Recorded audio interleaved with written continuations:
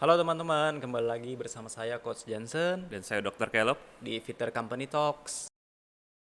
Sebelumnya kita membicarakan tentang sebab-sebab dari kelelahan, baik secara fisik dan mental. Pada kesempatan kali ini kita akan mendiskusikan apa aja alternatif atau solusinya. Oke, kita ini rangkum ulang dulu. Ya, Sebelumnya kita sudah membahas tentang lelah secara fisik ya, dan juga lelah secara mental. betul. Dan juga kita juga sudah membahas tentang chronic fatigue atau sindrom fatigue yang kronis. Ya, Nah, kalau kita berbicara fatigue sebenarnya bukan suatu penyakit, tapi adalah gejala ya. Jadi kalau misalnya seseorang sudah mengalami kelelahan, tentunya akan lebih mudah untuk sakit baik secara fisik maupun mental. ya, Dari penyakit ya mungkin pusing-pusing, dari pegal-pegal atau sakit musculoskeletal kepala problem, sakit gitu. kepala sampai dengan depressions. Nah, kalau kita berbicara tentang solusinya, tentu nggak ada one size fits all. Betul. Nggak ada satu cara ini yang paling bagus, cukup tidur aja tuh nggak bisa. Nah, kira-kira apa aja sih aspek-aspek yang mesti kita perhatikan, dokter? Ya, seperti yang di seri sebelumnya yang saya sudah sampaikan bahwa penanganan dari fatigue ini tergantung dari penyebabnya ya Coach ya. Misalnya saya kasih beberapa contoh ya. Penyebab fatigue misalnya masalah kurang tidur Kurang ya. tidur ya. Begadang terus karena misalnya Tapi nonton emang iya sih, series. walaupun kita bilang tidur itu part of the Mm, recovery ya, kebanyakan orang memang neglect. neglect nonton yang seperti yang dokter sebutkan tadi, nonton series Ya. nonstop, maraton ya. Iya, kalau 1 hari 2 hari mungkin masih bisa dikompensate ya coach ya. Tapi kalau dia jadi udah Every hitungan single day. mingguan, ya malah jadi kebiasaan, habit ya. Jadi misalnya kebutuhan tidur kita kan kurang lebih 7 sampai 9 jam atau 8 jam lah, tergantung Secara setiap kuantitas orang. ya. Iya, secara kuantitas malam ya. Tapi karena nonton jadinya cuma sekitar 3 sampai 4 jam setiap hari. Awalnya mungkin pusing ya coach ya, tapi karena tubuh memang luar biasa ya, Adaptasi. adaptasi. Tapi sebenarnya ini lama-kelamaan bisa menimbulkan fatigue. Tentu penanganannya ialah Sama tidur. sama seperti rokok lah, merokok Betul. ya. Awal-awal ya lama-lama menjadi membuat merokok itu adalah hal yang biasa. Ya, Sama seperti juga kurang tidur. ya, Jadi tidurnya jam 2 jam 3 subuh itu menjadi hal yang biasa gitu. Padahal kalau secara jam biologi sendiri kan tidur kita nggak berbicara tentang kuantitas saja nih. Kemudian kualitasnya juga harus kita kualitas. perhatikan. Tentunya kita tidurnya tidak boleh di atas jam 12 malam lah. Tapi kan anak muda saat ini yang kemana melek gadget, ya termasuk ya kita bisa dibilang kita juga masih muda lah ya. Itu juga apa lebih kurang bisa memanage waktu menggunakan gadget itu sendiri. Ya, Jadi memang benar sih kalau dokter mengatakan bahwa tidur itu merupakan underrated recovery program ya. ya. Selain tidur itu sendiri, Nah, kira-kira? selain tidur, kok tadi masalahnya karena kurang tidur ya coach. Tapi mungkin banyak masalah juga ialah masalah dari stresor sekitar kita. Misalnya dari masalah keluarga, mungkin rekan-rekan masalah dari anak, masalah dengan di tempat pekerjaan. Pekerjaan. Betul, ini adalah stresor sendiri dan bisa lama-kelamaan lelah secara batin gitu ya. Fatigue jadinya.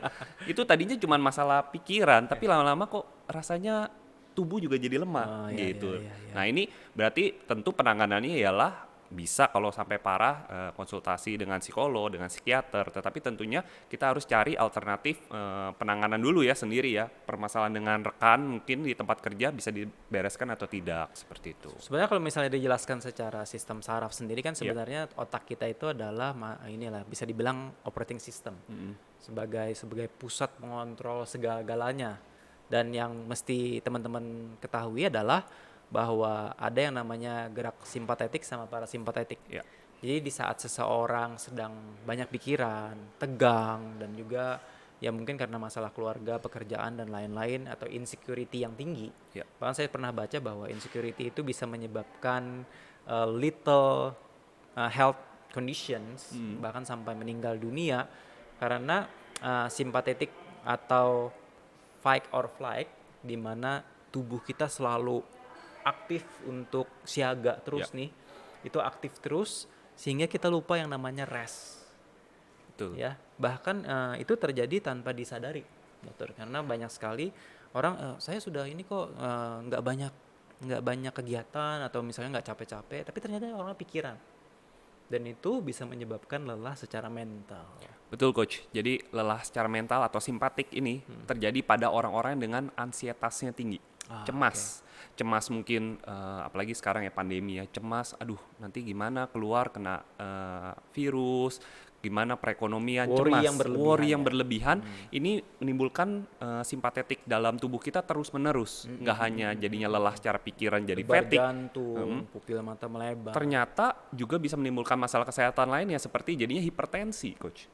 Yang mana hipertensi kalau semakin lebih lama jadinya juga merusak tubuh ya. Jadi gangguan jantung, yang mana gangguan jantung ini masuk lagi coach. Yang ketiga nih, yang tadi kan udah masalah Tidur. kurang tidur, mental. Yang ketiga juga ada, ternyata penyebab fatigue itu salah satunya ialah masalah dari kesehatan kita, status medis. Karena sebenarnya yang namanya fatigue atau kelelahan itu adalah gejala ya. Iya, Jadi semakin tidak bugar seseorang maka semakin mudah kelelahan gitu, betul, seperti itu ya. betul. Nah yang ketiga tadi kalau memang misalnya berhubungan sama kesehatan, artinya berhubungan dengan kebugaran juga dong. Bisa, tapi belum tentu. Belum tentu semata-mata hanya karena kebugaran, coach. Misalnya pada orang-orang dengan terapi cancer ya, ini paling sering. Dia terapi kemo, terapi radioterapi, ini mereka sangat rentan sekali dengan fatigue, coach. Karena dari obatnya itu sendiri ya. Nah, ini butuh terapi latihan fisik yang lebih baik juga. Bahkan saya ketahui bahwa dengan kemoterapi, dengan treatment cancer itu sendiri mematikan sel-sel baik juga gitu. Iya. Jadi sel yang kurang baiknya dihajar juga, yang baiknya dihajar juga. Jadi badannya sangat di stage yang very weak, Iya. lemah sekali gitu loh.